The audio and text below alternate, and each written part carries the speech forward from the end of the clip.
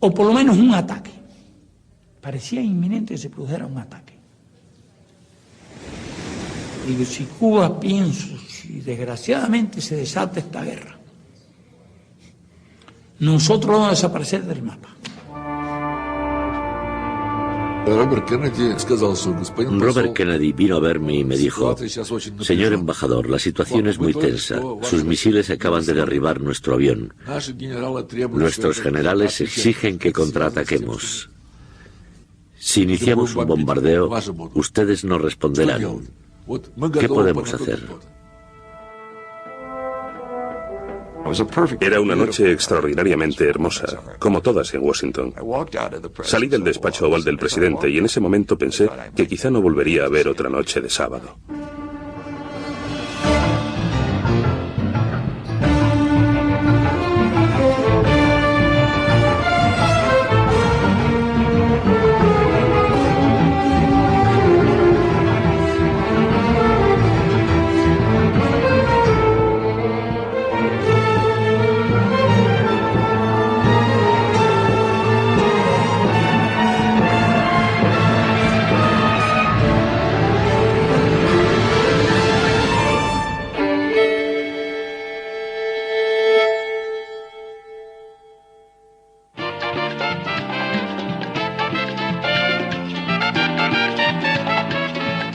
Durante los años 40 y 50, la isla caribeña de Cuba había sido el lugar de diversión de los Estados Unidos. Playas, bebida y casinos.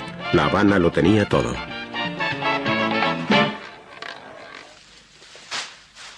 Casi la totalidad del territorio y de la industria cubana estaban en manos de compañías norteamericanas. Considerábamos que en cierto modo formaba parte de los Estados Unidos. Ese pequeño y maravilloso país, que no constituía un peligro para nadie, en realidad era un factor muy valioso para la economía de los Estados Unidos. El líder cubano Fulgencio Batista era un dictador brutal.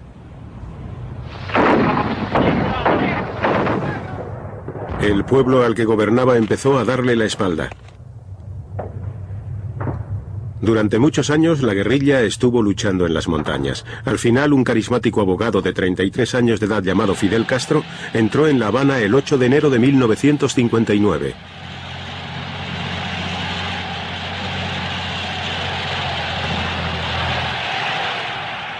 Cuando triunfó la revolución fue un ejemplo de orden.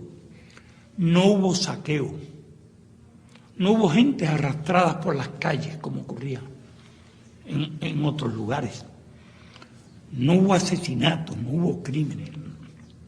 Un orden perfecto.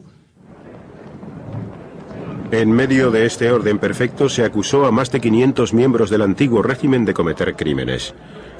Fueron juzgados y posteriormente ejecutados.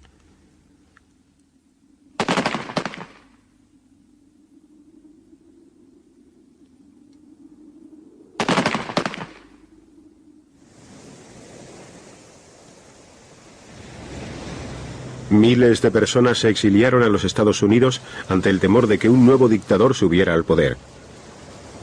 Pero para la mayoría del pueblo, Castro era un héroe.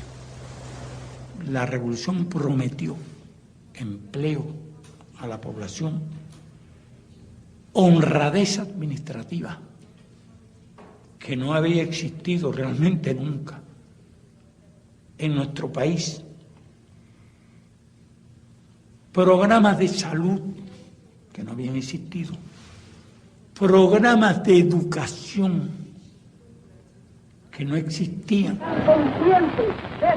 Pero lo más importante de todo fue que Fidel nacionalizó millones de hectáreas de terreno que hasta el momento estaban en manos de empresas estadounidenses y se las entregó al pueblo.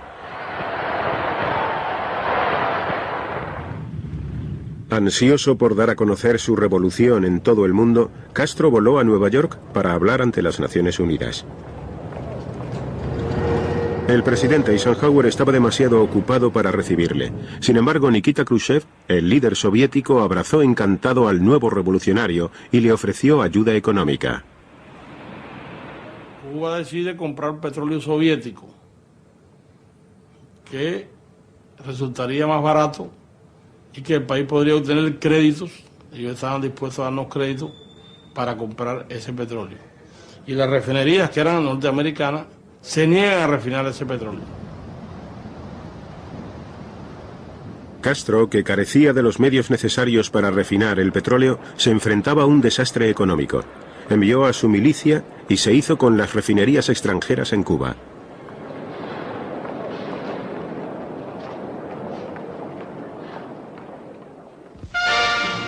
La respuesta de Estados Unidos no se hizo esperar. At his White House press conference, President Eisenhower announces that Cuba's assigned share of the United States sugar market has been cut by 95%, in reply to what I called Fidel Castro's deliberate policy of hostility. La tensión iba en aumento y Castro nacionalizó otras inversiones estadounidenses valoradas en más de $1.000 millones. Un furioso presidente, Eisenhower, declaró el embargo comercial total y dio órdenes a la CIA para que reclutara exiliados cubanos. Su intención era entrenarlos para destruir el régimen de Castro. Las agencias del gobierno de Estados Unidos empezaron a preparar personal para bombardear Cuba, quemar los cañaverales. Cuba es cañaveral, es sugar cane. Es muy grande la cantidad de azúcar, de caña. Y venían las avionetas con sustancias inflamables y nos quemaban los cañaverales. Eso fue muy grave eso. Era la riqueza de Cuba, la única que teníamos. Desarrollando una guerra sucia.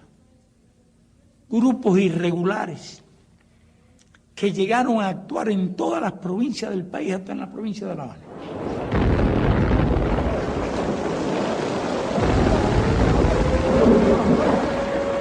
Más de 100 personas murieron cuando la Coubre, un carguero procedente de Bélgica que transportaba armas y municiones, explotó en el puerto de La Habana. Se sospechó que la CIA había llevado a cabo un sabotaje, pero esta hipótesis nunca se demostró. Castro se volvió hacia la Unión Soviética en busca de ayuda. Quizás si hubiera adoptado una línea diferente, la actitud de Estados Unidos frente a Castro no hubiera sido tan dura como lo fue en realidad.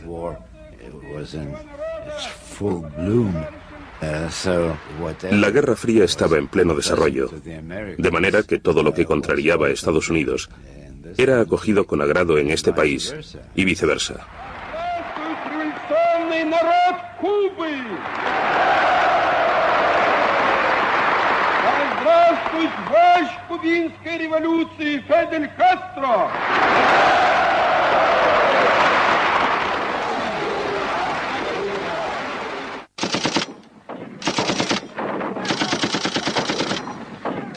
En una base secreta ubicada en la selva de Guatemala, agentes estadounidenses de la CIA habían estado entrenando a exiliados cubanos para invadir Cuba.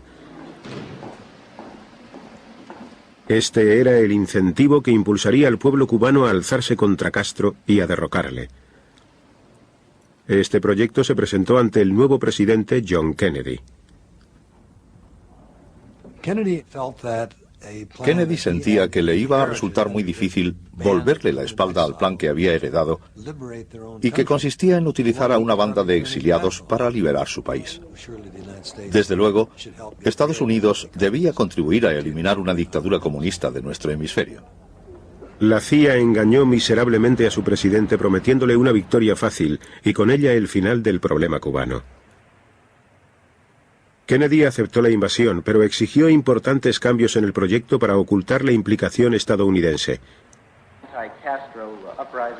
Solo 3 días antes de que tuviera lugar la invasión planeada, Kennedy negó cualquier